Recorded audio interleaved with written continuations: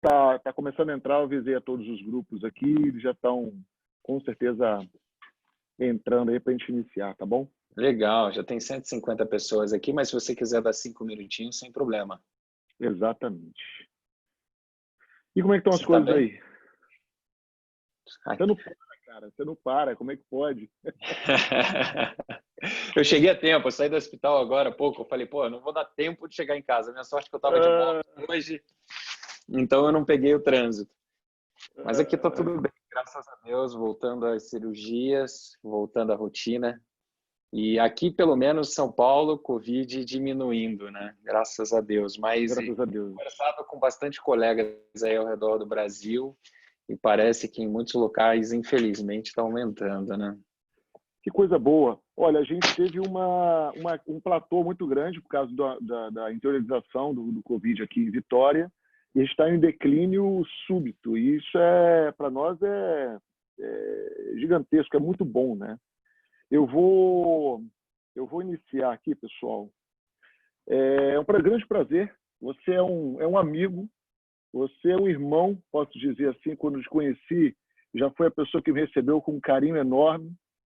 É uma pessoa que eu sei que tem uma qualidade intelectual, uma personalidade gigantesca e uma humildade ao mesmo tempo. Eu tenho um grande prazer em lhe apresentar e dizer que tem um amigo assim fantástico, né? O Dr. Falcão, não precisa nem apresentá-lo, a maioria já conhece muito bem, vai nos abrilhantar essa noite, né? Com o tema monitorização hemodinâmica e fluido-responsividade, né? Dizer a todos que nós tivemos um pequeno atraso e tenho a certeza absoluta que essas coisas acontecem, né? Esses tipos de reuniões e webinários. E eu queria muito te ouvir. Nós estamos todos aqui, somos 173 para te ouvir. Vou parar de falar porque o aço é você. Imagina, Wellington, antes de mais nada, obrigado você e a SAIS. É um prazer estar aqui, tenho um carinho especial pelos colegas do Espírito Santo, um carinho especial por você. Então, obrigado pelo convite. Para mim é uma honra e eu agradeço a esses quase 200 colegas que estão conectados agora à noite, né? São 9 horas da noite, a gente teve um webinar aí da SBA, tem até um colega que escreveu aqui no chat agradecendo a Guardar, né? Eu acho que... E parabéns, Wellington, por essa atitude, porque a SBA, nossa sociedade mãe, né? A gente tem que prestigiar também. Acho que essas atividades elas são complementares e não são substitutivas. Então, parabéns para a gente, para aguardar e finalizar a SBA. Bom, vamos lá, vou compartilhar aqui minha tela. Pois não, Wellington, Falcão, por favor. Só um segundo. Eu gostaria também de agradecer, por gentileza, o Dr. Carrareto pela iniciativa de tentar nos ajudar e abrir um link. É um grande querido, né? Um grande parceiro aqui da SAIS. E o Laboratório Baxter por ter nos proporcionado aí essa ajuda à regional. Legal, perfeito. Bom, vamos lá. Você está vendo minha tela, Wellington? Sim, perfeito. Beleza. Então, o bate-papo nosso daqui agora à noite é um pouquinho sobre monitorização hemodinâmica e fluido-responsividade, né? A gente tem 200 colegas aqui conectados. De antemão, eu gostaria de pedir desculpa aos senhores que na semana passada eu tive também o prazer de participar de uma atividade do Daniel Queiroz, do Hospital Servidor Público do Estado do Rio de Janeiro, onde a gente discutiu o marcador de perfusão tecidual. E naquela ocasião também tinham 200 colegas conectados. Eu não sei se tem overlap do colega que assistiu semana passada e vai ver agora, então às vezes muitos slides serão repetidos, caso isso aconteça. Pelo menos, mas é que eu conversei com o Wellington, ele me deu essa liberdade de falar também um pouquinho de marcador de perfusão tecidual, porque faz parte desse tema, além de falar apenas de fluido-responsividade. Então eu já peço desculpa caso tenha colegas aí que estejam assistindo pela segunda vez. E por uma questão ética que eu preciso passar para os senhores, né, e legal também, eu tenho alguns conflitos de interesse. Esse aqui foi um convite da SAIS, mas eu tenho conflitos de interesse porque eu sou call, já realizei consultoria para algumas empresas, então, que estão listadas aí no bottom page desse primeiro slide, né? Então, às vezes, possa ser que eu cite alguns produtos específicos dessas empresas, mas sem nenhuma finalidade específica. Então, por favor, levem isso em consideração, tá bom? Vamos discutir um pouquinho sobre monitorização hemodinâmica e fluido responsividade. Eu gosto dessa foto, porque essa foto aqui foi muito legal. Eu postei ela um dia na rede social, estava numa cirurgia e postei, e em questão de horas, assim, teve mais de 1000 curtidas, né? Dos colegas, eu estava conversando com alguns colegas anestesistas, enfim, então ficou uma foto relativamente bonita por causa de toda a monitorização. E eu gosto de ilustrar essa foto porque você quer uma cirurgia de alto risco, né, de um paciente de alto risco, uma cirurgia de alta complexidade, um tumor abdominal, onde estava um paciente todo monitorizado. E eu estava ali sentado, né, no nosso cockpit de avião, mantendo a anestesia desse paciente. Então, a gente tem aqui, né, a monitorização multiparamétrica do paciente, monitorização da consciência com bis, o TOF, o nosso ventilador mecânico convencional, as nossas medicações aqui em bomba de infusão, era uma anestesia poupadora de opioides, e uma monitorização aqui minimamente invasiva, que é a monitorização hemodinâmica e monitorização de fluido responsividade. Então, a gente vai discutir um pouquinho desse nosso cenário, essa parte aqui. Toda vez que a gente conversa sobre monitorização hemodinâmica e de fluido e responsividade, perceba que isso é só uma parte de todo o nosso espectro da anestesia, né? A anestesia a gente sabe que é muito mais complexa do que isso. A gente, puxa, se lembra de hemodinâmicas e de hemodinâmica e lembra que nos livros tem muitas fórmulas, né? Então a gente pega aqui fórmulas, valores de referência. A ideia não é vocês lerem esse slide, não é vocês lerem essas fórmulas, porque nessa próxima hora eu vou tentar falar um pouquinho desse tema sem falar de fórmulas. Eu queria falar um pouquinho para vocês da linha de raciocínio, do conceito. Se nós tivermos essa linha mestra da linha de raciocínio e de conceitos, a gente não vai precisar de fórmulas, né? As fórmulas estão aqui no nosso celular, estão no nosso bolso. Então, quando a gente fala de monitorização hemodinâmica de um paciente ou a gente fala de fluido responsividade nesse paciente, o que a gente quer em última instância no nosso paciente anestesiado? Manter a homeostasia.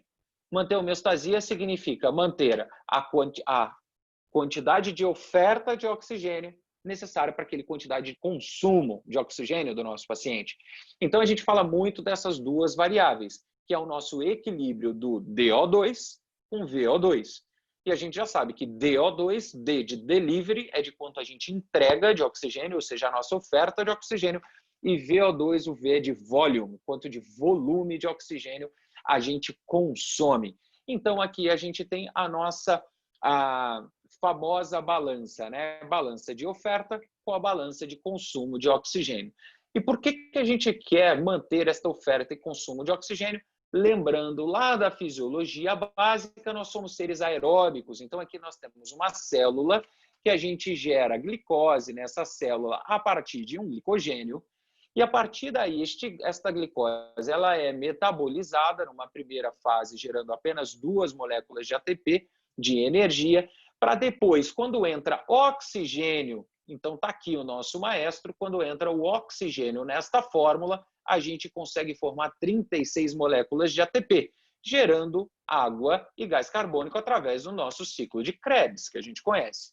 Se a gente não tem essa molécula de oxigênio, ou seja, se eu não tenho oferta de oxigênio adequada, eu faço um ciclo chamado anaeróbico, e esse ciclo anaeróbico, deixa eu passar aqui, e esse ciclo anaeróbico, a gente tem a produção do ácido lático.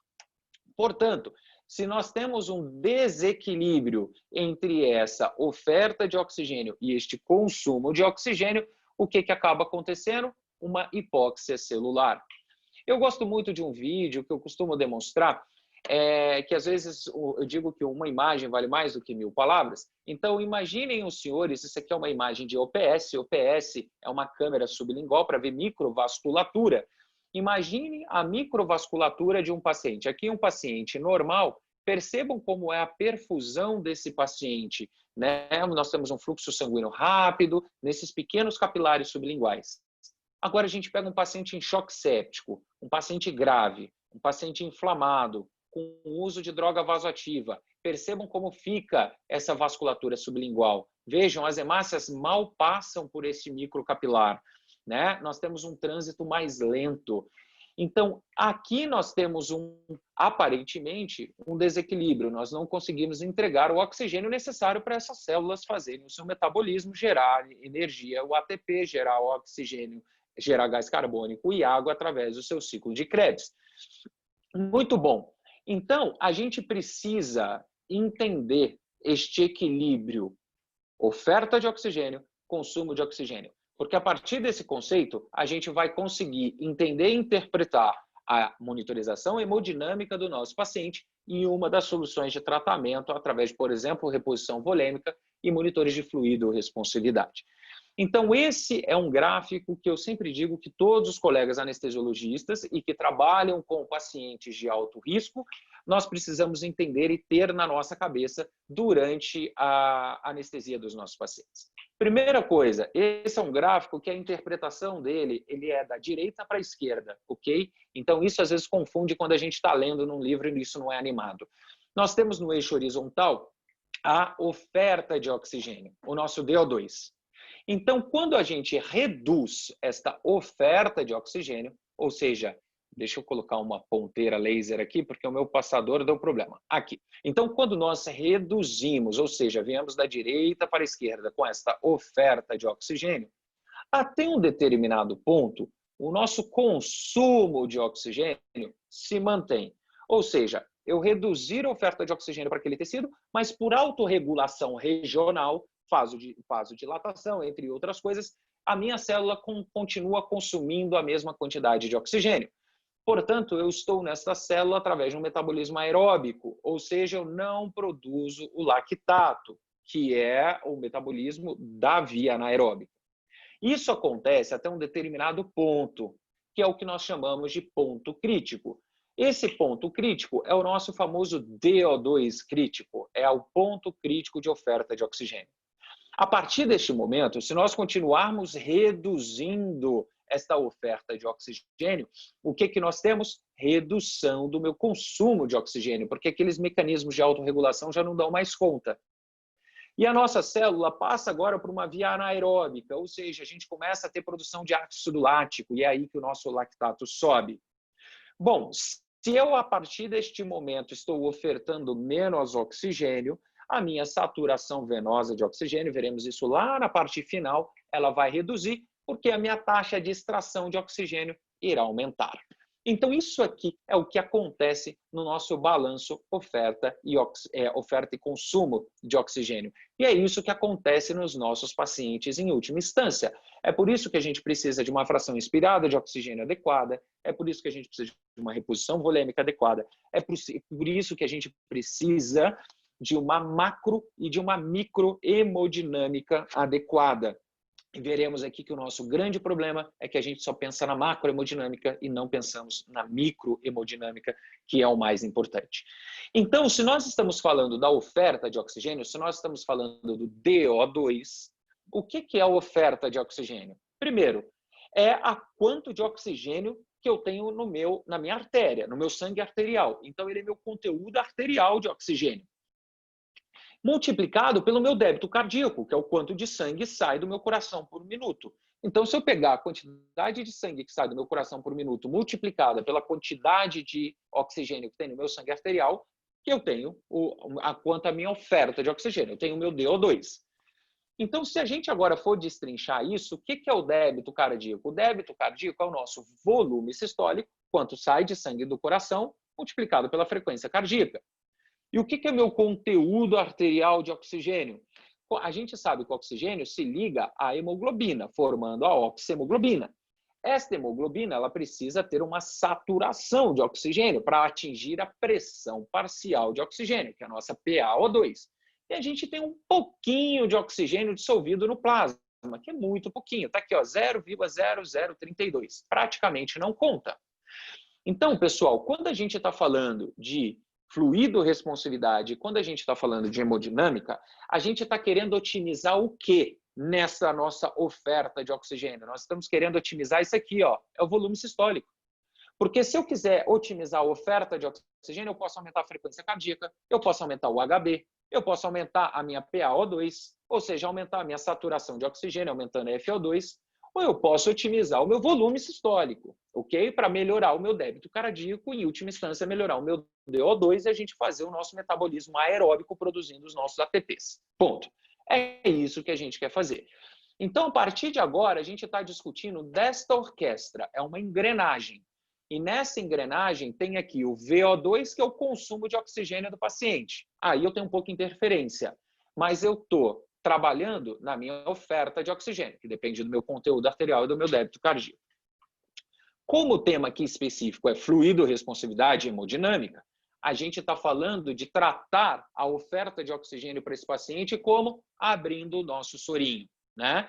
Então, a gente funciona uma veia do paciente e a gente começa a fazer soro para esse paciente, independente de qual seja. Qual é o objetivo de fazer o soro desse paciente, né? Por que a gente deixa aquilo pingando? Não é só para carrear as medicações. Ou eu estou ressuscitando um paciente, porque ele tem um choque hipovolêmico, eu preciso ressuscitar esse paciente, ou eu estou repondo, porque esse paciente está tendo perdas, então tem perda por evaporação, tem perda por sangramento, eu estou repondo, ou eu estou apenas mantendo esta oferta de oxigênio. Afinal de contas, o nosso sorinho ele é uma medicação. E por que ele é uma medicação?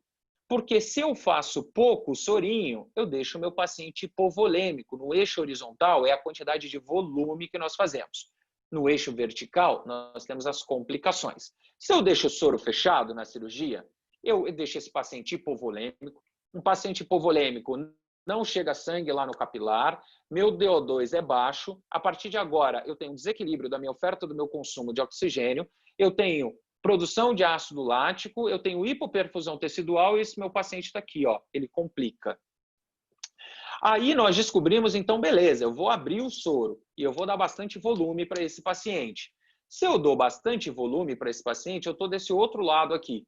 Aí, a partir de agora, se eu faço o cristalóide, a gente sabe que 80% do cristalóide, 20 minutos depois, ele não está mais dentro do vaso sanguíneo, aí ele foi para intestício, ele vai fazer edema, e esse paciente vai ter outras complicações, uma alta taxa de complicação, levando à disfunção de múltiplos órgãos. Então, a quantidade de sorinho que a gente abre está nessa janela, que é uma janela estreita. Eu não posso dar pouco e eu não posso dar muito. E aí que entra a importância da nossa monitorização hemodinâmica e fluido-responsividade. Se a gente estiver lidando com um paciente grave, agora, à tarde, por exemplo, eu estava, na hora do almoço, eu fiz uma anestesia num paciente de 90 anos de idade. Imagina, com múltiplas comorbidades, era uma cirurgia de tórax, imagina a capacidade funcional desse paciente, a reserva funcional desse paciente é muito estreita. Esses pacientes, esta curva de complicação de reposição volêmica é dessa forma. Ela é muito estreitinha, eu não tenho margem para errar com esse paciente. Porque se eu errar com esse paciente, ele vai complicar e vai morrer. A gente não tem uma segunda chance. Então, a gente precisa tratar esses pacientes muito, muito de perto. Porque, novamente, sabemos que se fizermos excesso de volume, esse excesso de volume vai para o interstício, vai fazer edema e vai aumentar a taxa de mortalidade. E aqui, por favor, atire a primeira pedra. Quem nunca pegou um gel calibroso e você abriu o sorinho para correr uma medicação, quando você vira as costas para aspirar e você olha, correu 500 ml no paciente. Ou você vai lá e simplesmente troca um soro atrás do outro, sem mesmo pensar no que está fazendo. Então, depois dessa cirurgia de tórax, um R3 meu, nós começamos uma outra cirurgia, que era uma cirurgia de endometriose profunda, com retossigmoidectomia, numa paciente sem comorbidades, uma paciente asa 1, fora endometriose. Mas foi uma cirurgia de 6 horas de duração. Imagina se a gente vai trocando esse sorinho que, de repente, a gente abriu o soro para correr o antibiótico, já foi 500, coloca mais 500, já foi 500, coloca mais 500, sem sequer fazer a conta. É aquele paciente que acorda no final da cirurgia com edema de conjuntiva, com edema de via aérea. Lembrando, cirurgia de endometriose, paciente em Trendelenburg acentuado, edema cerebral, edema de via aérea sem conseguir extubar. Então, você tem uma série de complicações. Muito se ficou nessa discussão. Então, devemos fazer pouco volume, devemos fazer muito volume. Devemos fazer uma estratégia restritiva ou devemos fazer uma estratégia liberal? E aí começa-se essa discussão. Devemos fazer restritivo? Devemos fazer liberal? E esses termos são péssimos para este assunto. E isso se demonstrou, principalmente nesse estudo de 2 anos atrás do New England, com quase 3.000 pacientes, aonde ele chamou, vamos fazer uma estratégia liberal, vamos fazer uma estratégia restritiva. Vamos dar muito soro, vamos dar pouco soro. Em um critério que os autores criaram, que estão aqui na tela.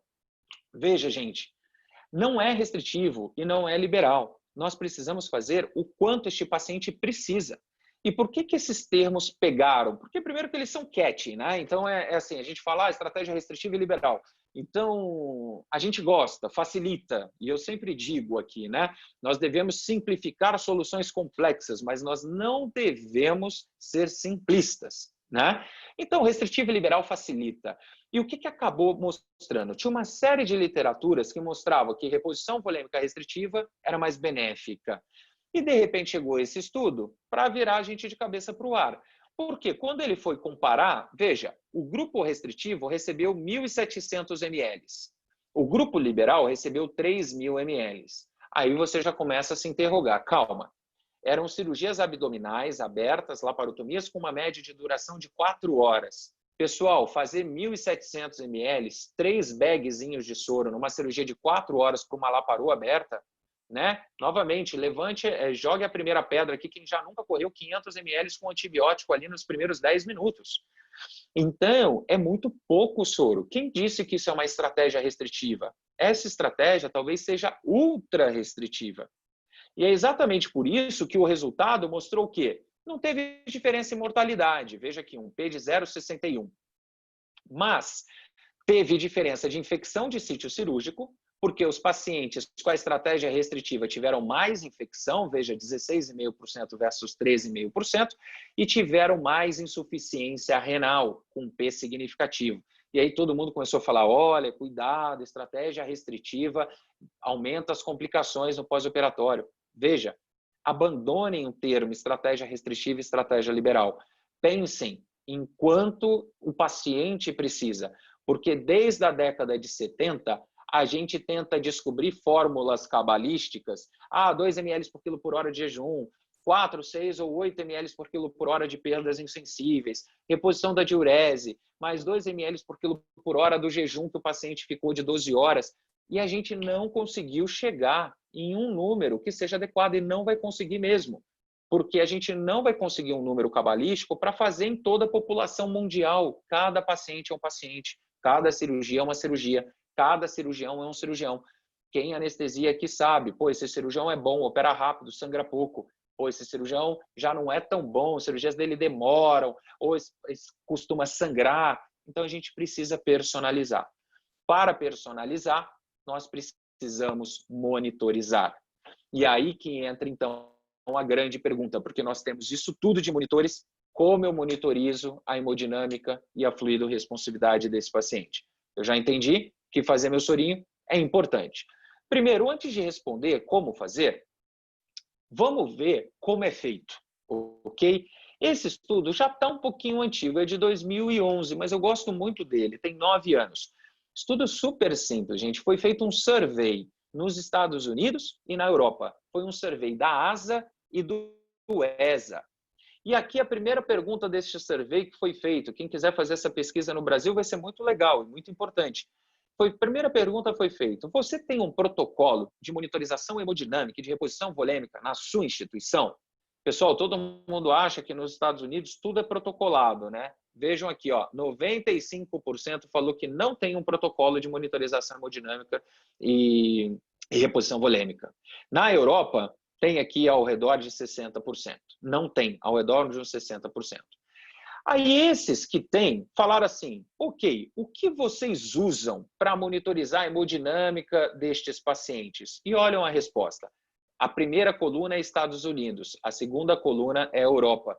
Olha que interessante, 95% nos Estados Unidos, 90% na Europa falou, eu uso a pressão arterial invasiva. É isso que eu uso. 84% da Europa falou que ainda usa PVC. 73% nos Estados Unidos usam PVC.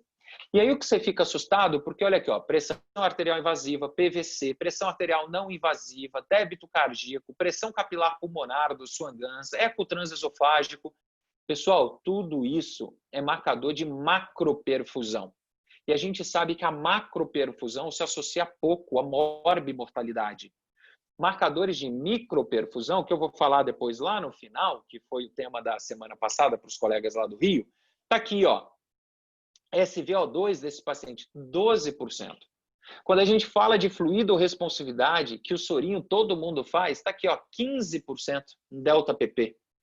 Então, a gente ainda carece de melhorar a nossa prática clínica. Veja, estamos falando dos Estados Unidos e Europa, hein? Estamos falando aí de algum lugar com muito pouco recurso, ou muito no interior, independente do país que seja, tá? E a gente está falando de uma história de 100 anos, mais de 100 anos. Veja, no início do século XX, 1900, foi desenvolvido a pressão arterial não invasiva, o manguito de pressão. Mas a parte hidrodinâmica, né, nossa, a questão de circulação, ela já é descrita desde o século XVI, desde 1500 e pouco. As primeiras aferições de pressão arterial datam do século XVII e século XVIII. É porque no século XIX, eu vou mostrar aqui na sequência, foi o primeiro manguito de pressão arterial não invasiva. 50 anos depois veio a PVC, na década de 50. E vejam, é ainda a segunda monitor mais utilizada na prática clínica. Em 1970, a gente está falando 50 anos atrás, veio o Swan-Ganz, catéter de artéria pulmonar. Década de 80, e a gente acha que é novo, ecocardiograma. Depois, nos anos 2000, agora um pouco mais recente, mas eu falo recente porque a nossa a orientação tempo espacial vai mudando, né? Então, mas já são 20 anos atrás. A gente começou a falar de monitores dinâmicos, que a gente vai aprofundar um pouquinho.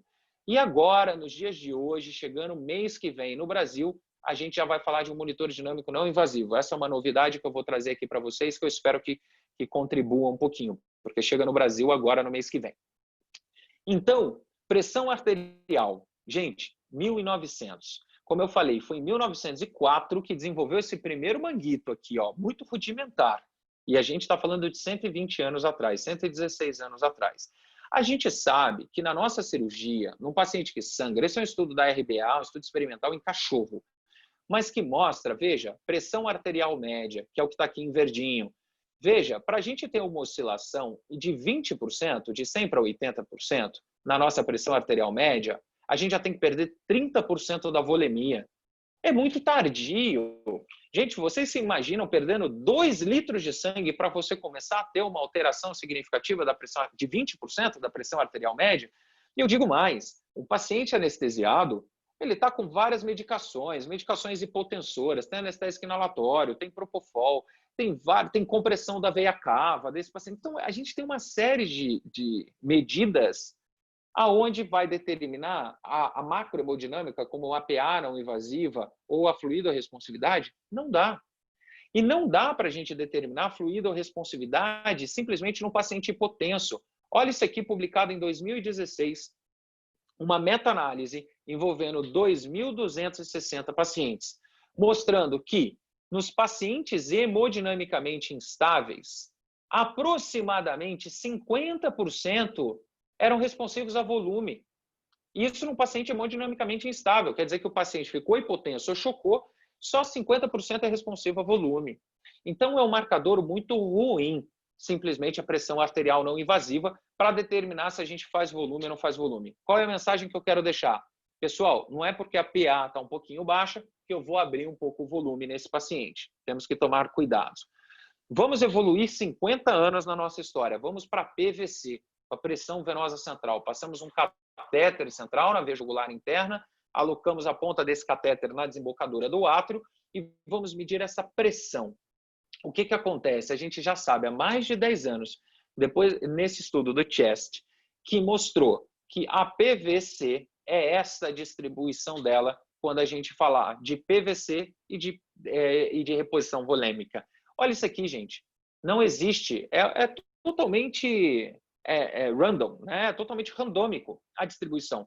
A conclusão desse estudo, ele fala guiar reposição volêmica pela PVC é igual jogar uma moeda para cima, porque é 50-50%.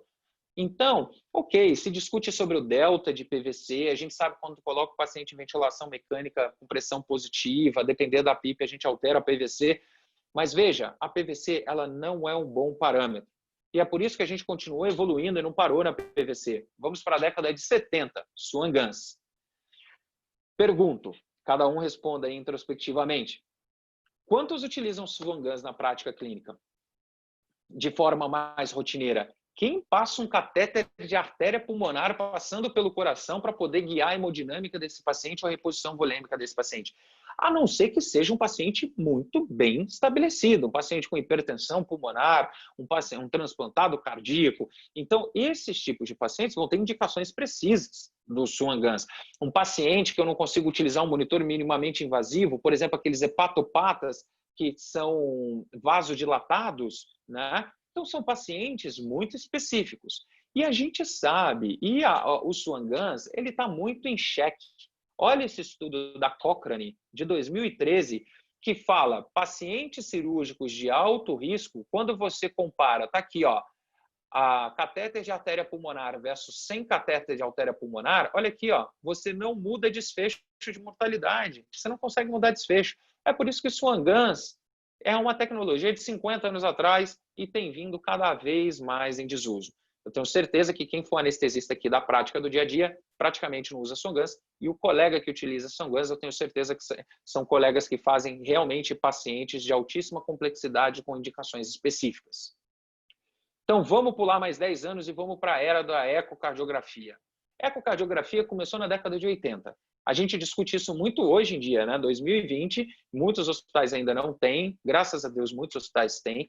Muitos anestesistas estão se tornando proficientes no uso do ecocardiograma. Eu sei que tem milhões de janelas. Eu uso o ecocardiograma transesofágico? Uso. Em alguns casos. Eu sou proficiente em eco? Consigo ensinar eco transesofágico? Infelizmente, não. Espero poder um dia aprender mais para poder ensinar junto com o grupo do ET da SBA. Mas você consegue utilizar o ecocardiograma e fazer análises visuais. Alguém tem dúvida que passando um eco transesofágico e você olha um coração batendo vazio desse jeito, alguém tem dúvida que esse paciente está hipovolêmico? Aqui a gente tem até o sinal que se chama kiss mouth, né?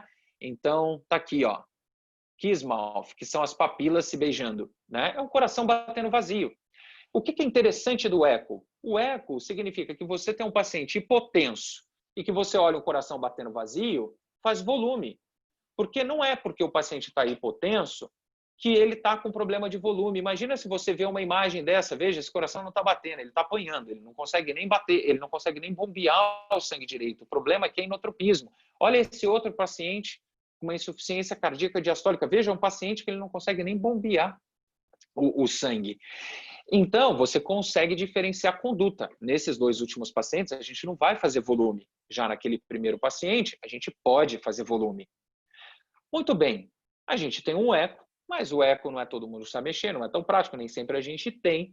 A gente continuou desenvolvendo e a gente chega no ano 2000.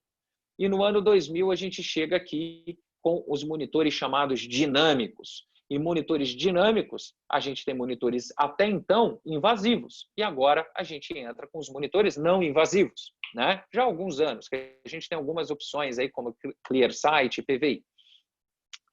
Vamos entender então a fisiologia por trás desses monitores dinâmicos invasivos. Variação da pressão de pulso, que é o delta-pp, variação do volume sistólico, que é o VVS, a variação do índice plastimográfico, que é o PVI.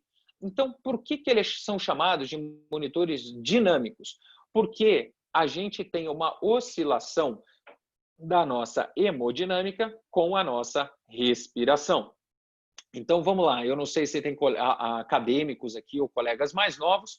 Aqui na linha superior, nós temos um monitor de pressão de via aérea no eixo vertical ao longo do tempo, que é uma curva de uma ventilação controlada a volume, da ventilação mecânica. Então, você entra numa fase inspiratória, você aumenta a pressão de via aérea, a pressão intratorácica, e depois você expira. É basicamente isso. Embaixo, nós temos uma curva da pressão arterial média, numa pressão arterial invasiva ao longo do tempo no eixo horizontal. Veja que nós temos oscilações dessa pressão arterial médica. Nós temos momentos que a gente tem pressões mais altas e momentos que nós temos pressões mais baixas. E isso aqui é sincrônico com a nossa ventilação. Por quê? A interação cardiopulmonar. Nós temos um tórax fechado, hermético. Qualquer coisa que eu faço na minha ventilação, eu vou alterar a hemodinâmica do meu coração. E aqui é importante a gente entender como funciona. Eu sempre repito isso, eu gosto de falar com todos os colegas, porque se a gente puxar isso, raciocínio, a gente não vai precisar decorar e a gente vai entender. Então, repetir nunca é demais. Aqui nós temos uma curva de pressão de via aérea ao longo do tempo. Eu já mostrei isso. Fase inspiratória, pressão de pico, faço minha pausa inspiratória, pressão de platô, e aí eu expiro, voltando à minha pressão de pico, né? Essa é a pressão de via aérea. Agora eu vou plotar a hemodinâmica em cima da minha pressão de via aérea. Por quê? Porque nós temos a interação coração-pulmão. O que acontece na minha ventilação altera o meu coração. Bom, a primeira coisa que a gente tem que lembrar é que apesar de nós termos o coração ligado em série, né? Então nós temos átrio direito, ventrículo direito, o sangue vai para o pulmão, do pulmão volta para o átrio esquerdo, ventrículo direito e esquerdo que vai para a circulação sistêmica. Eles funcionam em paralelo. O lado direito, o coração direito, não tem nada a ver com o coração esquerdo. Então, um é de baixa pressão, o outro é de baixa pressão, alta pressão, e eles funcionam de forma em paralelo. Ambos, tanto o lado direito quanto o lado esquerdo, têm uma pré-carga e têm uma pós-carga. Então, vamos raciocinar no momento inspiratório, no momento que eu joguei ar dentro do tórax e eu aumentei a pressão intratorácica. Veja, do lado direito, a pré-carga desse coração são as veias cavas, inferior e superior. Se eu aumento a pressão intratorácica, eu tenho uma queda do retorno venoso para o lado direito do coração. Ao mesmo tempo, a minha pós-carga do meu lado direito é o meu pulmão, são os meus capilares alveolares. E nessa fase inspiratória, quando eu inspiro um alvéolo, aquele capilar que está em cima do alvéolo vai ser colabado. Portanto, eu vou bombear o sangue do lado direito do coração contra os capilares pulmonares que estarão colabados. Portanto, a resistência aumenta, a pós-carga do coração direito aumenta muito. A resultante da queda da pré-carga do lado direito com o aumento da pós-carga do lado direito vai resultar na queda do débito cardíaco do lado direito. Agora, vamos no mesmo raciocínio para o lado esquerdo do coração, no mesmo momento inspiratório. Eu inspirei, meu alvéolo insuflou, aquele capilar alveolar colabou. O que acontece com o sangue que está dentro do capilar pulmonar? Ele é ordenhado para frente. Quando ele é ordenhado para frente, ele chega do lado esquerdo do coração. Então, chega no átrio esquerdo e no ventrículo esquerdo. Portanto, a minha pré-carga do ventrículo esquerdo durante a minha inspiração aumenta. É o oposto do lado direito. Agora, a pós-carga do lado esquerdo, o meu ventrículo esquerdo, ele bombeia o sangue contra uma aorta. A aorta ela é extrapulmonar. A aorta ela é paravertebral. E no momento que nós fazemos a inspiração, o nosso arco costal eleva e a minha aorta se abre. Se a minha aorta se abre nesse momento inspiratório, o meu coração esquerdo, o meu VE, vai bombear contra uma aorta com menor resistência. Então, a minha pós-carga diminui. A resultante do aumento da pré-carga do lado esquerdo com a redução da pós-carga do lado esquerdo é o aumento do débito cardíaco do lado esquerdo. Olha que legal. No mesmo momento da inspiração, o lado direito tive uma queda do débito. O lado esquerdo, eu tive um aumento do débito cardíaco. Quem nós estamos monitorizando quando a gente funciona uma pressão arterial invasiva? Nós estamos monitorizando o lado esquerdo do coração, nós estamos monitorizando a artéria. Então, nesse momento inspiratório, a gente tem um pico da nossa pressão de pulso. Acontece que esse sangue que saiu do lado direito, que foi pouco sangue, ele passa pelo pulmão, ele é oxigenado e ele volta para o átrio esquerdo e para o ventrículo esquerdo para ser bombeado, meu débito cardíaco do lado esquerdo. Essa passagem do sangue do lado direito para o lado esquerdo se chama tempo de trânsito capilar pulmonar. É o tempo que demora o sangue para sair do ventrículo direito até o lado esquerdo. Isso demora de 3 a 5 batimentos. E isso vai coincidir com o meu momento expiratório. Então, vai chegar pouco sangue do meu lado esquerdo na expiração, e aí meu débito cardíaco do lado esquerdo na expiração vai ser pequeno. É por isso que, neste momento expiratório, a nossa pressão de pulso já está menor no momento expiratório. E quando a gente plota, pega aquela nossa curva arterial com a nossa respiração, em pressão positiva, é isso aqui que acontece. Nós temos uma pressão de pulso elevada na inspiração e uma pressão de pulso baixa na expiração. E a gente já viu que essa diferença, quando ela é acima de 13%, esse paciente ele está hipovolêmico. Este paciente, na verdade, ele é responsivo a volume. Então, se nós fizermos volume, este paciente provavelmente irá responder, porque a hemodinâmica dele altera muito e oscila muito com a minha ventilação mecânica. Se este valor está abaixo de 10%, provavelmente esse paciente não é uma questão de volume. Veja, ser fluido responsivo não quer dizer que ele precisa de volume. Eu fiz essa postagem há algum tempo no meu Instagram, já não lembro quanto tempo, teve aqui quase 3.400 pessoas que visualizaram, porque eu estava anestesiando o paciente e eu tinha este monitor dinâmico, que neste caso era o VVS, que é a variação do volume sistólico. Aquilo que eu acabei de falar para vocês era o delta PP, que era a variação da pressão de pulso, é a mesma coisa. A diferença é que o delta PP eu pego pressão de pulso sistólica e pressão de pulso diastólica. Portanto, a diferença eu tenho uma pressão de pulso. Agora, se eu faço uma integral desta curva, ou seja, eu calculo a área sobre a curva desta pressão, eu tenho o meu volume sistólico. Aí eu calculo o meu volume sistólico aqui na INS, meu volume sistólico aqui na ES, eu tenho a variação do volume sistólico. Só essa diferença. Mas o número é o mesmo. E olha aqui, estava 20. E aí eu perguntei, esse paciente é responsivo a volume. Quer dizer que ele precisa de volume? Quase 40% dos colegas ainda falaram, sim, ele precisa de volume. Atenção, um paciente que é responsivo a volume não necessariamente precisa de volume, porque isso é macrohemodinâmica. A gente vai precisar agora olhar a microhemodinâmica, porque vamos lembrar lá do primeiro slide, a nossa ideia é acoplar a DO2 com VO2, ofertar a quantidade adequada de oxigênio para aquele consumo de oxigênio. Isso a gente está falando em coisas mais recentes, a partir do ano 2000, delta PP, VVS, PVI. PVI é a mesma coisa, a partir do oxímetro de pulso, a variação do índice pleximográfico, mas é o mesmo princípio fisiológico. Agora, chega mês que vem no Brasil, esse monitor dinâmico não invasivo. Esse monitor dinâmico não invasivo, ele calcula a variação do nosso volume sistólico. Mas como que funciona esse monitor? É um monitor chamado Starling, da Cheetah. Como é que ele funciona? Ele funciona através de uma tecnologia de bioreactância. Então, a gente coloca lá 4 eletrodos não invasivos, ok? No tórax desse paciente. Esses eletrodos externos liberam um sinal elétrico. Os eletrodos internos captam a variação desse sinal elétrico. Então, aqui a gente formou um quadrado no tórax. E aí, a gente sabe que o fluxo sanguíneo que entra e sai do tórax, ele causa um atraso nessa alteração elétrica da bioreactância. E isso está correlacionado com a volemia do paciente. Existem vários papers validando esta tecnologia. É uma tecnologia válida, é uma tecnologia e que está vindo para o Brasil agora. Então, eu fiz uma edição de um filmezinho deles que eu peguei no YouTube hoje. Então, veja, a gente cola 4 eletrodos no tórax do paciente, 4 sensores, né? Aqui, o sensor externo envia esse sinal elétrico e o interno capta esse sinal elétrico.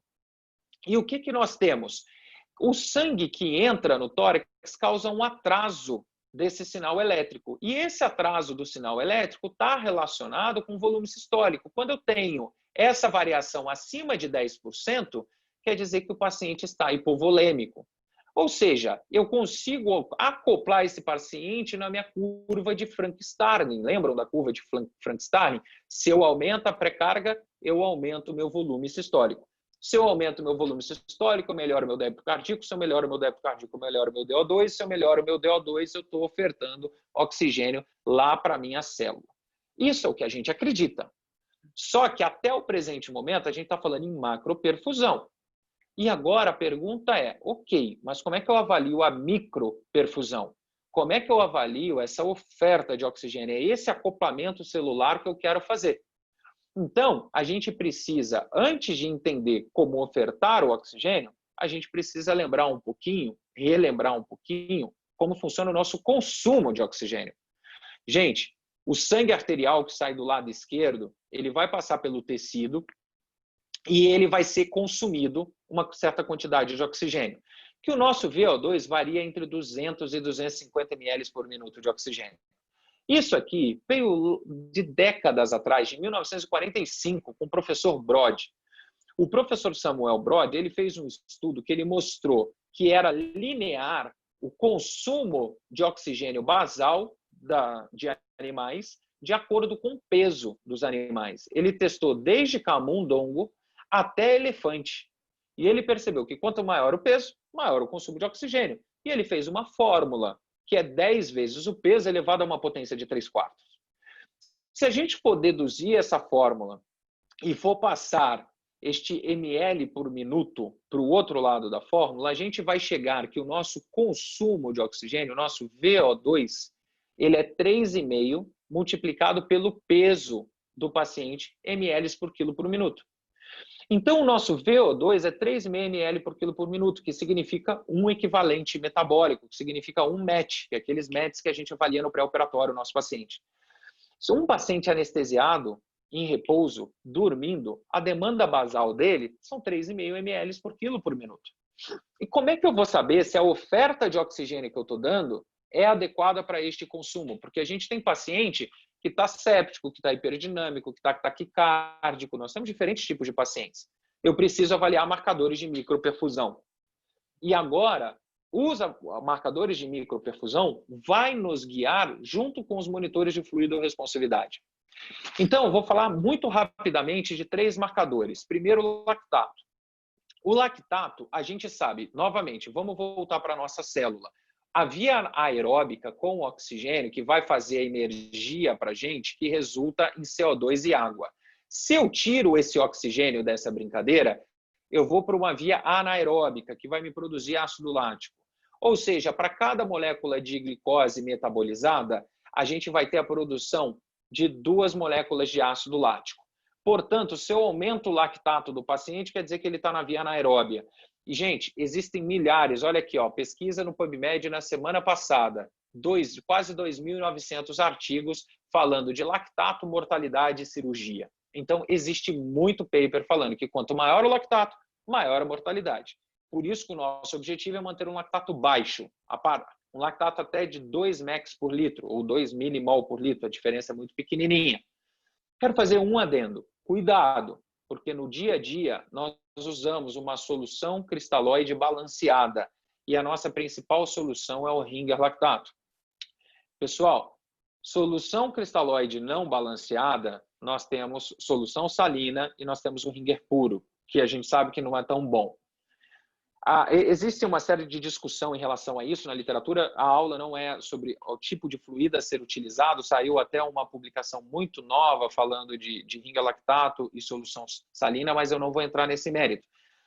Agora, só apenas lembrar que o Ringer lactato ele é uma solução balanceada, porque ele tem como precursor do bicarbonato o lactato, e veja que ele tem 28 mEq por litro.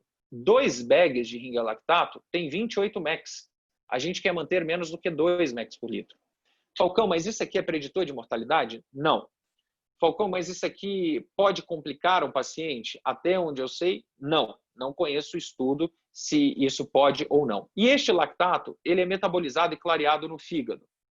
Eu só estou querendo trazer isso para os senhores para lembrar que se nós fizermos uma reposição volêmica mais agressiva e formos, ao mesmo tempo, dosar um marcador de perfusão tecidual como lactato e esse lactato vier alterado, a quantidade de Ringer lactato pode, talvez, falsear. Só tenham isso em mente, a gente ainda considera o lactato da nossa gasometria. Segundo marcador, SVO2, saturação venosa de oxigênio. Quando a gente fala da SVO2, a primeira coisa é diferenciar saturação venosa central de oxigênio ou saturação venosa mista de oxigênio. Cuidado, porque saturação venosa central de oxigênio significa que eu passei um catéter de duplo, triplo lumen, parei na cava superior, na desembocadura do átrio, e neste momento eu tenho a saturação venosa central de oxigênio. Então, perceba, eu estou pegando o sangue da cava superior. Eu só estou vendo o hemisfério superior do paciente e os braços desse paciente. Eu não estou vendo o abdômen, eu não estou vendo víscera, não estou vendo membros inferiores, que é que muitas vezes vai isquemiar. Já a saturação venosa mista de oxigênio, eu precisaria passar um catéter de Swan-Ganz, que eu vou passar pelo átrio direito, ventrículo direito e vou cunhar na artéria pulmonar. Isso aqui eu tenho a saturação venosa mista de oxigênio, porque agora eu estou misturando sangue do hemisfério superior com sangue do hemisfério inferior. Cuidado, porque a literatura, quando ela fala de SVO2, geralmente ela se refere à saturação venosa mista e não à saturação venosa central. Já na nossa prática clínica, no dia a dia, geralmente a gente usa a saturação venosa central. E tem estudo, esse estudo é até aqui da Escola Paulista, da Unifesp, da Flávia Machado, que ela já publicou tem mais de 10 anos, mas que mostra que tem uma correlação de 61%, um R de 0,6, quando você compara uma saturação venosa central com a saturação venosa mista de oxigênio. Tudo bem que aqui eram pacientes sépticos, né? São pacientes diferentes, mas é uma correlação de 60%. Não é lá essas coisas. Então, vamos ter isso em mente. O que significa a saturação venosa de oxigênio, a SVO2 do paciente? A SVO2 nada mais é do que um reflexo que se eu tenho um paciente que tem uma saturação boa, 98% no sangue arterial, vou lá, olho a minha gasometria arterial e eu tenho uma saturação de oxigênio de 98%. Esse sangue ele passa pelo tecido, troca o oxigênio e o gás carbônico, ou seja, ele vai ter uma taxa de extração de oxigênio. Estou colocando aqui uma taxa de extração normal, ao redor de 20%, varia de 20% a 25%. Vai chegar uma determinada quantidade de oxigênio no sangue venoso, que a gente colheu aqui na jugular. Essa quantidade de oxigênio desse sangue venoso é a saturação venosa de oxigênio, SVO2, que nada mais é do que a minha saturação arterial subtraído da minha taxa de extração, eu vou ter a minha SVO2, que varia aí de 70% a 80%. Então, qual é a interpretação clínica que a gente tem que ter? Se eu tenho um paciente que está saturando 98% e, de repente, vem uma SVO2 baixa, vem uma SVO2 de 55%, o que está acontecendo? Pode ser que esse paciente tenha aumentado a taxa de extração dele, porque agora extraiu muito. Pode ser que esse paciente esteja com débito cardíaco baixo, porque o sangue agora está passando muito lentificado na periferia e datando tempo desse tecido extrair muito oxigênio. Agora, se eu tiver a mesma saturação venosa, SVO2 baixa, de 55%, mas eu tenho aquela minha taxa de extração normal, pode estar acontecendo de eu estar dando pouco oxigênio para esse paciente. A saturação arterial desse paciente está baixa de oxigênio. Então, é o paciente que está hipoxêmico. Agora, eu posso ter aquele paciente que eu estou dando uma saturação legal, saturação arterial de 98%, ele não está hipoxêmico, mas ele tem uma SVO2 baixa ainda, de 55%. O que está acontecendo no meio do caminho? A taxa de extração dele pode estar aumentada porque ele está anêmico. Então, agora ele tem pouca hemoglobina. Lembra? O conteúdo arterial de oxigênio vai estar diminuído. Apesar da saturação estar normal, o conteúdo arterial pode estar diminuído. Agora, o inverso também é verdadeiro. Eu posso ter uma SVO2 mais alta, com uma taxa de extração normal, e é porque eu estou com uma saturação muito alta, eu estou fazendo hiperóxia nesse paciente. Estou ventilando esse paciente com uma FO2 de 100%, por exemplo. Agora, eu posso ter uma SVO2 muito alta, de 90%, com a minha saturação arterial de oxigênio normal, mas o que aconteceu? A minha taxa de extração está baixa, meu tecido está extraindo pouco oxigênio. Isso aqui é o que acontece com os nossos pacientes anestesiados. E isso aqui a gente tem que tomar cuidado, porque a gente diminui o metabolismo e o consumo de oxigênio desses pacientes. Aquele VO2 na anestesia está reduzido. Olha esse estudo que a gente fez aqui, tem 10 anos já, isso aqui a gente apresentou no congresso em 2013, mostrando, foi com um residente meu, Felipe Insper, ex-residente, né? Hoje ele já é um anestesista, aí, formado há 10 anos. Mas veja que interessante, a SVO2 desse paciente anestesiado estava mais alta, e a gente estava tranquilo. Era paciente de alto risco, em cirurgia de grande porte. De repente, a SVO2 dele foi para 75, que é um valor ok ainda, normal, mas para anestesia não. Olha o que aconteceu, por mais que o VVS, a variação do volume sistólico, estava 14%, ou seja, borderline para reposição volêmica, olha o que aconteceu com a minha microperfusão, lactato de 33%. Esse paciente estava fazendo metabolismo anaeróbio. Aquele meu DO2 e VO2 estava totalmente desacoplado.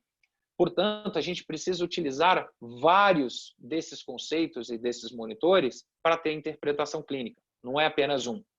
Então, o que eu queria que vocês lembrassem da SVO2, eu tenho que levar em consideração a hemoglobina do meu paciente, o débito cardíaco desse paciente, a saturação desse paciente e o consumo de oxigênio desse paciente. Isso tudo vai alterar a nossa SVO2.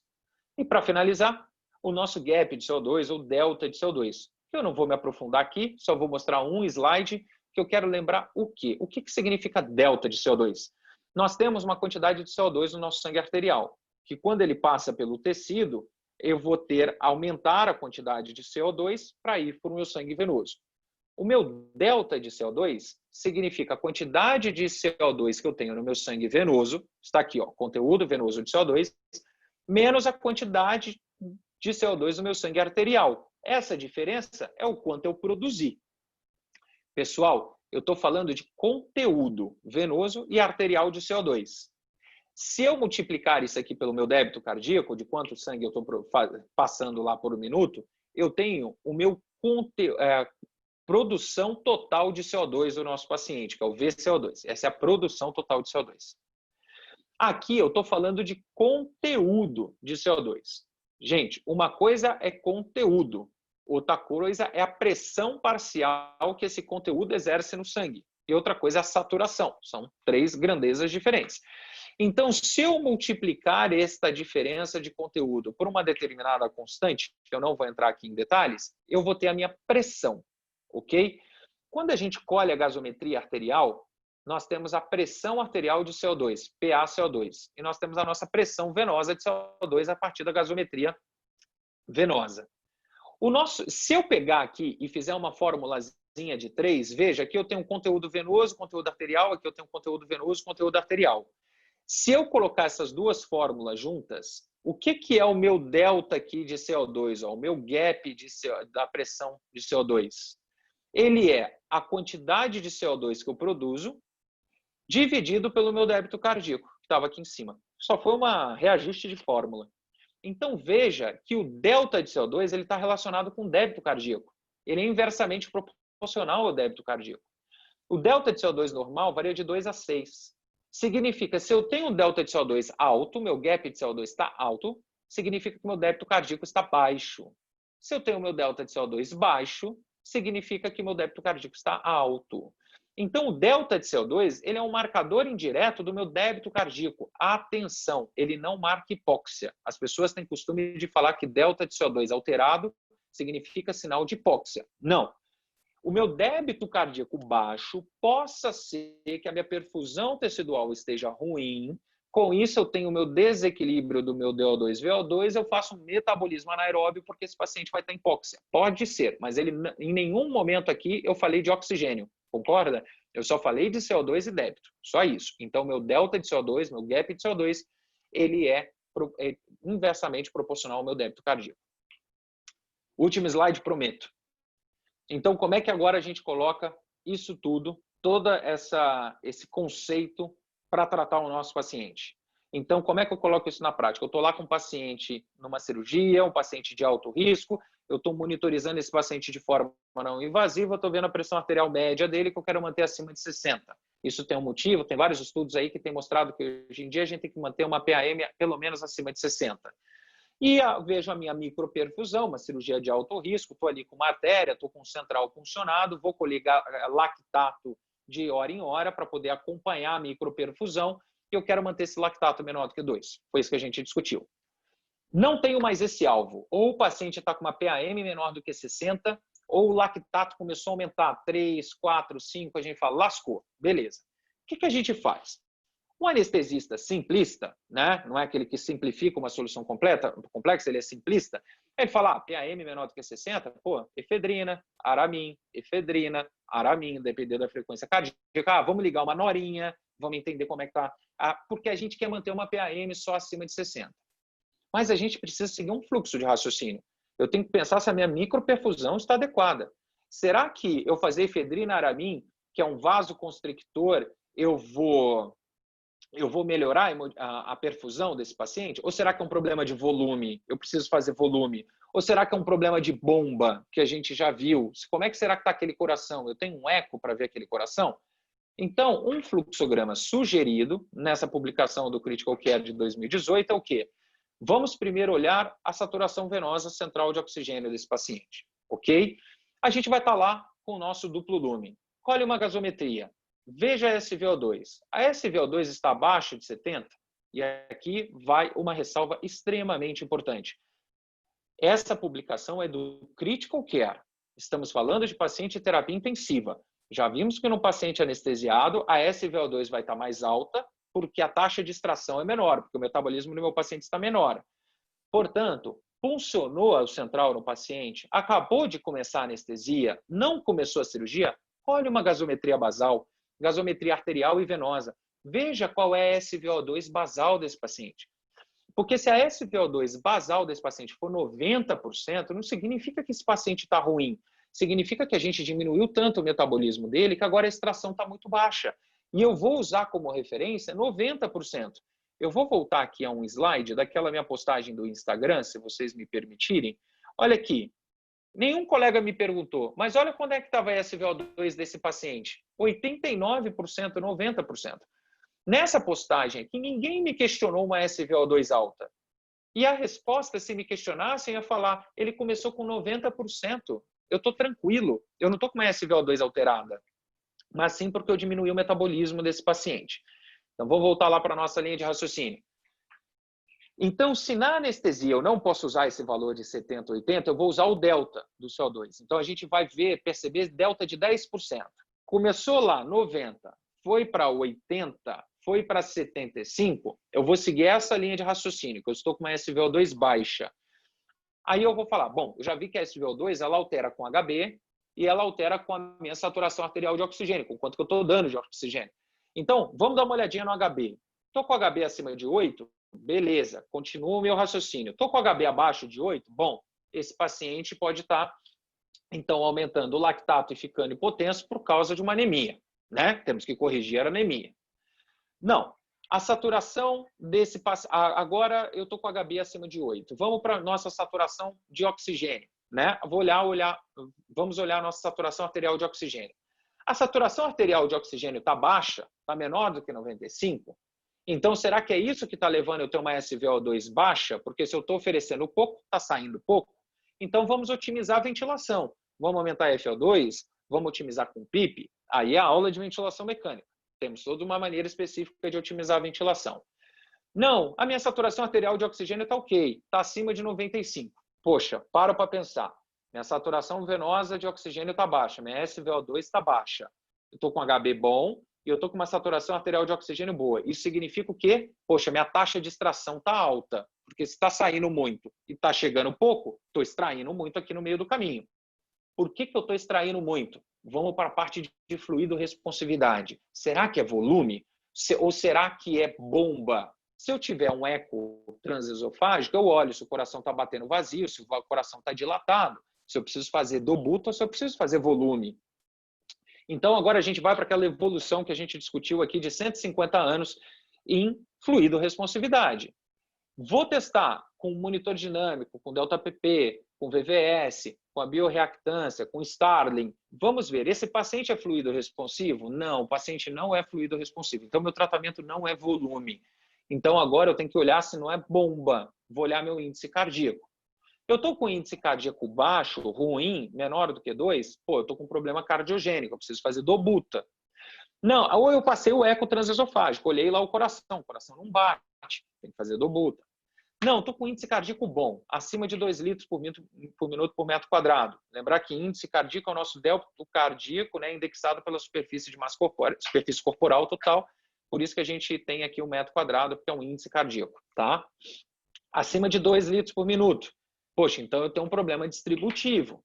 Agora não, eu fiz lá a fluido responsividade nesse paciente. Poxa, é um paciente fluido responsivo. Estou com delta PP alto, estou com VVS alto, estou com aquela variação do Starling alta. Então, eu estou com um problema hipovolêmico. Agora sim, eu tenho que fazer volume. Então, faço um desafio volêmico e aí eu retesto a minha fluido responsividade. Aqui eu fecho esse ciclo. Ele ainda está fluido responsivo? Faço volume. Ainda está fluido responsivo? Faço volume. E eu sempre vou avaliar o quê? Se minha PAM vai melhorar e se meu lactato vai clarear. Esse é o nosso objetivo. Agora, não, eu não estou nessa linha de raciocínio, eu estou aqui em cima. Meu paciente ficou hipotenso, o lactato começou a aumentar, mas minha SVO2 está boa, está alta, está acima de 70%, ou na anestesia a diferença, o delta, foi menor do que 10. Agora eu vou olhar o delta de CO2, vou olhar o gap de CO2. Esse delta de CO2, ele está alto? Gente, se ele está alto, lembra, delta de CO2 é inversamente proporcional ao débito cardíaco. Se o delta de CO2 está alto, meu débito cardíaco está baixo. Meu débito cardíaco está baixo por quê? Por causa de volume, por causa do meu volume sistólico, ou por causa de bomba? Então, eu avalio a fluido responsividade, se ele tiver fluido responsivo, eu faço volume, se ele não tiver fluido responsivo, eu vejo o meu débito, o índice cardíaco. E aí eu vejo se é cardiogênico ou distributivo. Não, meu delta de CO2 está baixo, está menor do que 6. Se meu delta de CO2 está baixo, quer dizer que meu débito cardíaco deve estar ok, e aqui eu pretendo, então, um problema citopático. Gente, muita seta, muitos números, né? Mas se vocês seguirem uma linha de raciocínio, eu tenho certeza que isso não vai precisar ser decorado e a gente, apenas nessa linha de raciocínio, a gente vai conseguir prestar a melhor assistência para os nossos pacientes, tá? Piotr, peço mil desculpas por ficar aqui 1 hora falando, mas falar sobre monitorização hemodinâmica e fluido responsividade é um desafio poder falar em menor espaço de tempo, tá? Então, eu fico aqui à disposição se vocês tiverem qualquer dúvida. Mais uma vez, Piotr, obrigado. Obrigado você. Eu acho que foi uma aula magnífica. Não tinha como esperar o contrário de você, viu, Falcão? Sempre brilhando. Eu acho que você nasceu, rapaz, para dar aula para a gente mesmo, sabe? Que cada vez a gente vai lembrando de coisas novas. Eu acho que a vida, meu pai sempre me disse que a vida é de step by step e sempre ouvindo pessoas e ao seu lado sempre se aprende muito mais, né? Às vezes falando um pouco menos e ouvindo mais, e por isso nós temos 2 ouvidos, né? A evolução nos mostrou, sabe, o Falcão, e não fica como talvez uma pergunta, como que a análise e o entendimento, e muitas das vezes nós temos centros cirúrgicos ao redor do país muito bem preparados, que pouca análise dos dados que nos apresentam. E você nos mostrou, com muita maestria, que muitas das vezes o entendimento do resultado é que salva e não só ter o equipamento, né? Como que muitas das vezes lá atrás, realmente aquele colega que está lá no interior, que não tem nada, só tem um aparelho de pressão, um oxímetro, um cardioscópio e um capnógrafo, ele acha realmente que vai responder, e a macrocirculação, aí, como você falou, tem uma característica de muitas das vezes não responder e achar que vamos usar um cardiotônico, alguma coisa assim, né? Eu queria que você falasse só um segundo, antes de eu fazer as 2 perguntas, as 3 perguntas que você tem a te fazer, você falou rapidamente sobre os fluidos de solução salina. E muitas das vezes a gente ouve em alguns artigos falando mal dela, mas como que até hoje os Estados Unidos é o fluido que mais se usa. Eu só queria que você me falasse o seguinte, por que você acha, sabe, desconhecimento e por quê? Porque muitas das vezes quando você pega e analisa realmente a acidose metabólica hiperclorêmica, você vê um malefício muito grande. Por que você acha, eles tendo parâmetros melhores até do que o nosso, por que usa-se tanto? Só pincelar. Putz, Piotr, não tenho uma resposta, assim, eu pelo menos não tenho. Eu acho que vai muito ao encontro ainda de desconhecimento, né? Lembrar que quando a gente fala que a maior solução utilizada ainda é a salina, a gente não está dizendo necessariamente no ambiente cirúrgico. Eu acho que o ambiente cirúrgico não me parece, pelo menos, ser a salina, me parece ser um ringue-lactato. Mas a gente fala de enfermaria, fala de pré-hospitalar, fala de pronto-socorro, né? E assim, o anestesiologista, ele dá importância a isso, porque hoje ainda eu estava brincando, eu estava dando aula para os alunos do 6º ano aqui da Escola Paulista, e eu estava falando com um dos alunos, me perguntou, né, professor, por que você escolheu anestesia? E dentre as várias qualidades da nossa especialidade, Uma delas eu falo, o anestesista é uma pessoa muito independente. A gente não dá um comprimidinho, manda o cara para casa, pede para voltar daqui a um mês, vê se tomou, não tomou, melhorou. Não, a gente quebra ampola, a gente aspira, a gente injeta. Eu não coloco numa prescrição e fico cobrando a colega da enfermagem. Fez a medicação? Fez a medicação? Não, é a gente que vai lá e faz. Verdade. E então, o soro é a mesma coisa. A gente vai lá, pega, coloca e a gente está vendo. Agora, muitas vezes, eu acho, né, o colega que às vezes prescreve, ele não está ali na beira do leito igual o anestesista está, né? A gente fica ali na cabeça do paciente, né? Então, eu não sei, eu não tenho uma resposta. Estou aqui chutando, mas não tenho uma resposta. Eu não te apresentei porque é tanta característica que você tem, é tão grande. Eu queria só falar rapidamente para todos sabem, mas o Dr. Falcão, todos sabem, é diretor científico da SAESP, ele é professor da Unifesp, diretor de operações da HAP. Eu gostaria de fazer, eu tenho algumas perguntas no QA aí. Um é o Oswaldo, você está lendo aí, ele fala que a diferença entre os valores de referência do lactato arterial menor que 2 com o nosso lactato da gaso, 22 e 28, é apenas por unidade diferente? Isso, tem que ver a unidade do laboratório. Porque pode ser MEC, pode ser milimol, pode ter um valor de referência do laboratório. Então, isso aí é um fator confundidor muito grande quando a gente lê paper internacional. É por unidade, referência de laboratório. Ok. A Bruna falou, né, agradecendo, falando que foi sensacional, muito obrigado, eu concordo com ela. Né? Outra pergunta aqui, não está identificada, está por números, mas se você tem a saturação venosa de CO2, por que não usar a saturação de oxigênio ao invés de saturação? Eu não entendi. Você está conseguindo ver aí o que é? Você pode... Eu estou vendo, mas eu não entendi também. O colega aqui perguntou se ele puder, no último slide. Último slide. Eu não sei se ele confundiu PaO2 com a saturação de oxigênio. Tá? É que, para os colegas que não estão vendo, ele colocou CaO2 ao invés de CAT, né, de SAT, de saturação de oxigênio. Caso tenha sido esse, aqui o meu entendimento, me desculpa se eu estiver errado, mas de não utilizar PaO2, mas sim a saturação de oxigênio, é porque a PaO2 você precisa normalizar, porque se você está com uma fração inspirada de oxigênio muito alta, essa PaO2 você perde a referência, já a saturação vai até 100, né? Mas eu não sei se era isso que ele perguntava. Eu não sei se tem alguma coisa outra específica, me desculpa. Eu acho que ele colocou, eu não sei se foi ele que ele respondeu aqui. Não sei. O Fernando, você está vendo aí, né? Você aguarda alterações da saturação venosa central de O2 para iniciar inotrópicos ou volume quando utiliza terapia guiada por metas em anestesia?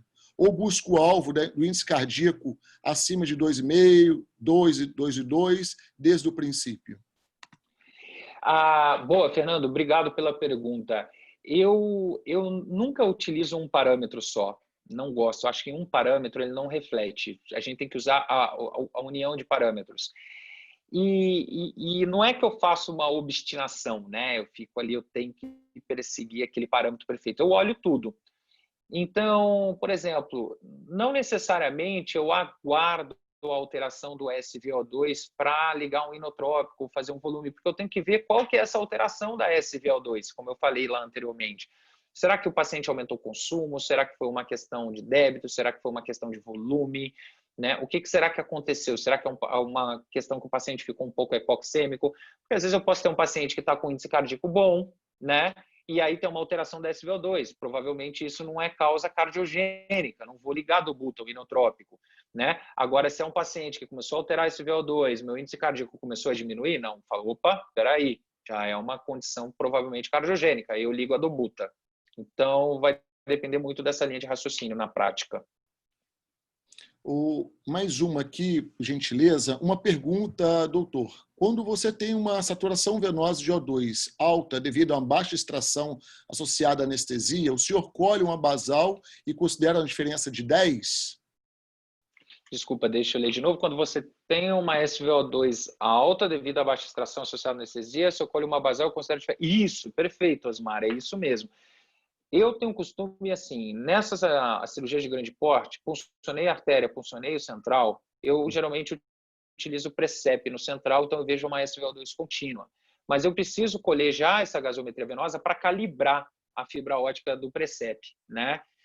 Então, eu colho o basal, calibro, e eu vejo aquela saturação venosa como a minha basal e eu uso esse delta de 10. É isso aí.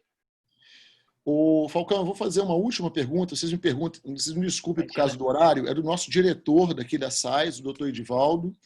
Parabéns pela apresentação. Gostaria de saber qual a opinião do Falcão quanto à monitorização do débito urinário na reposição volêmica. Legal, Edivaldo.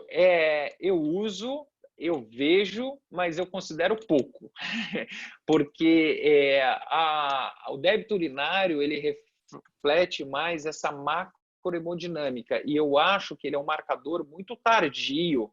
Então, quando o paciente já começa a ficar oligúrico ou ter aquela urina mais concentrada, a microperfusão dele já está muito, muito bagunçada, né? Então, isso para mim, quando eu só me dou conta que o paciente, poxa, ficou oligúrico, eu tenho uma sensação que eu já perdi o time, tá? Então, assim, eu falo, pô, já perdi o time. Então, foi aquele paciente que eu não tive o refinamento, tá? Então, assim, o cirurgião ou a enfermeira passou a sonda vesical, eu peço para deixar o coletor do meu lado, eu coloco na minha cabeceira, eu fico olhando ali, né?